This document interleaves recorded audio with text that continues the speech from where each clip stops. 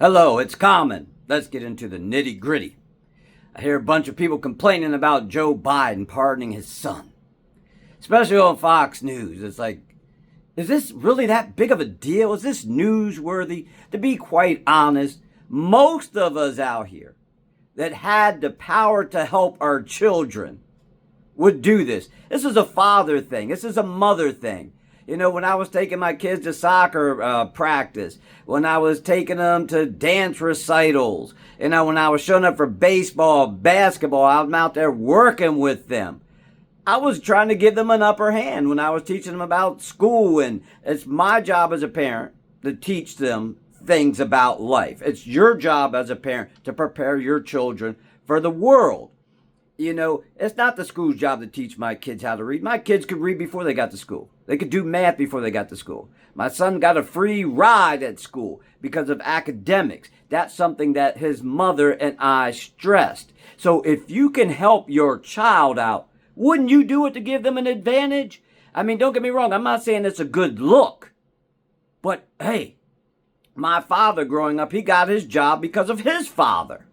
And some of you might have had that happen to you. My uncle got me in this company. My aunt got me in this company. We've all had legs up and we've been helped out. But you want to bitch about something like that Biden did for his son. Which if I was president, you know, I have a little sit down. We're going to have a serious conversation. You know, it's obviously it's a one-time deal, bitch. You can't do that again. But needless to say, he seems like he straightened his life out. We all have had rough patches. I'm not saying criminal. Sometimes it could have been financial. It could have been love interest that didn't go the way you expected it. But sorry. But we've all had things that have happened to us. And sometimes you need somebody there to help you out. And this is one of those cases.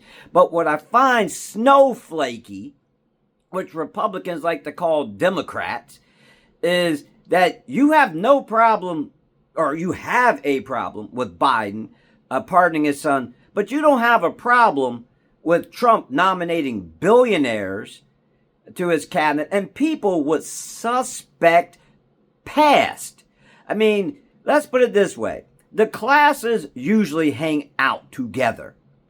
If, you're middle class, you typically hang around middle class people. Your kids go to middle class school. They hang out with middle class children. You live in a poor neighborhood. You usually hang out with poor kids and your neighbors are poor. You're rich. You hang out with rich people. And the thing I've said before, what do rich people have in common with the middle class and the poor? Nothing. They don't hang out with us. Now, I do smoke a cigar and I go to the cigar lounge. It runs a gamut. You can have poor people in there. You can have middle class people in there. And there are some people that are rich, but in most instances, people in their class group hang out together. That's the way it typically works. I'm not saying if you don't go to a nightclub or if you get yourself in an Ivy League school and you're middle class that you can't, associate with rich people, but rich people do rich people shit. I don't have a yacht. I'm not hanging with you. I can't afford to hang with you, but you have no problem having people that have no idea of what the middle class and poor people go through every day, but they're going to make decisions about your life, but you want to complain about Biden's children, or son, that is. You want to complain about, Hunter being a criminal, but there are people that Trump has nominated to have suspect past.